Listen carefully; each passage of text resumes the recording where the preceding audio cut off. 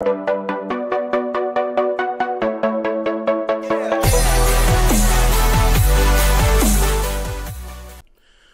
to DEMOCREPUBLIX, where we give you the real news that matter to the people. According to Rowan Scarborough at the Washington Times, Team Obama attempted stealth coup by undermining Trump.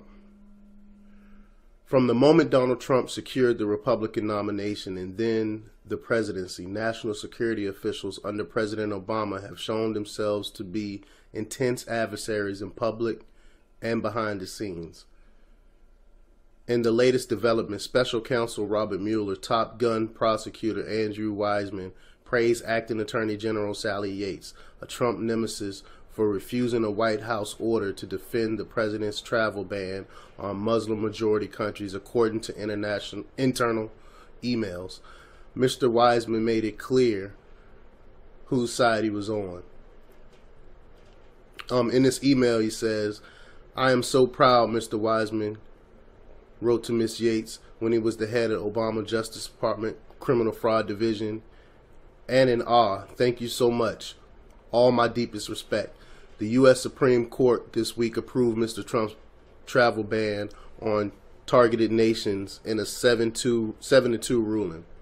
Mr. Weissmann, who as a pivot lawyer donated to Mr. Obama and the New York governor Andrew Cuomo, another Democrat, now is Mr. Mueller's right-hand man. He oversaw the investigation of former Trump campaign manager Paul Manafort, including a pre-drawn FBI raid on his condo and an in-bed frisking of his wife. That's just disgusting. They knocked down his door and frisked his wife. Just horrible. The FBI has lost control. But back to the article. The Weissmann emails and other from Obama political appointees praising Ms. Yates were unearthed in a Freedom of Information Act request by the conservative government watchdog Judicial Watch. Mr. Trump fired Ms.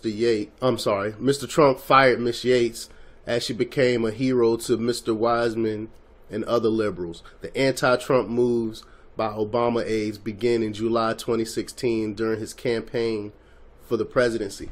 Something else I'd like to add is Obama had more holdovers in the government, I believe they said, in any previous president.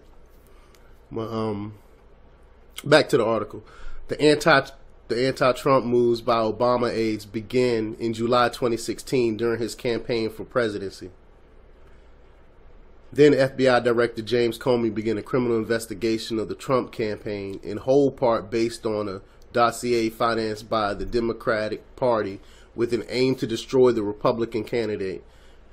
Its salacious and sometimes far-fetched scenarios of Russia-Trump collusion on the Russian-hacked Democratic Party computers have been confirmed publicly. Have not been confirmed publicly.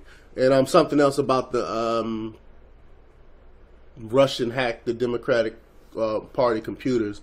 We don't even know that for sure because the FBI never checked the computers. They never checked the DNC servers because the DNC wouldn't let them check the servers. The servers were checked by some private company they hired, supposedly, and the company relayed the information to the FBI. The FBI never checked the DNC servers to this day. So how do we even know if Russia really hacked those emails that they keep talking about, the DNC emails? We still don't know.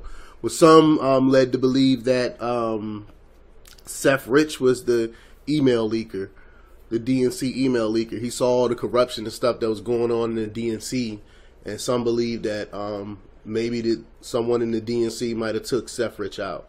You can check out the video that we did on Seth Rich. We got a few of them, videos on the whole Seth Rich situation. But back to the article. The top FBI investigator at the time was a never Trump advocate, of whom Mr. Mueller removed from his team last summer, the New York Times reported, and we reported on that article also.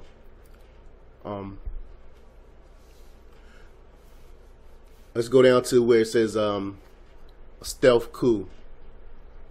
Some news stories attributed to former government officials read, Obama have fallen into the fake news category. Journalists and Democrats are determined to show that Trump aides and Moscow collaborated. We still have no proof of that whatsoever. And how long have they been trying to pin this collusion stuff on Trump? If they had something, we would have definitely heard about it by now. But back to the article. A major New York Times story on February 14th, based in part on former American officials, did much to fuel this narrative.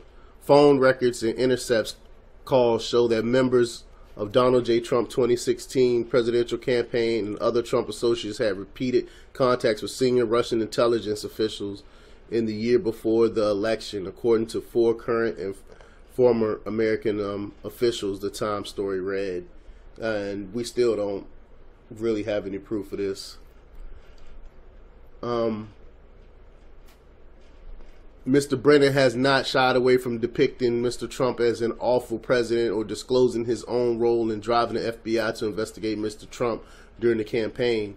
Brennan said, I wanted to make sure that every information and bit of intelligence that we had was shared with the FBI so that they could take it. Mr. Brennan told the House Permanent Select Committee of Intelligence in May, it was well beyond my mandate as director of the CIA to follow on any of these leads that involve U.S. persons. But I made sure that anything that was involving U.S. persons, including anything involving individuals involved in the Trump campaign, was shared with the Bureau.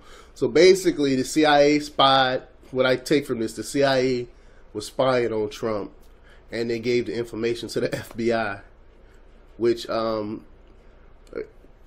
many articles already talked about and alluded to. And basically Obama holdovers are trying to take down Trump. They're trying as hard as they can. Right now they still really don't have anything on him. But they're definitely trying to take down the President of the United States. You got the FBI and the CIA working together with the Obama holdovers to try to take down Trump. So leave your comments below. Let me know if you really think it's a coup, a soft coup going on right now. Leave your comments below. Please subscribe, and please check out DEMOCREPUBLIX.com for the latest in news.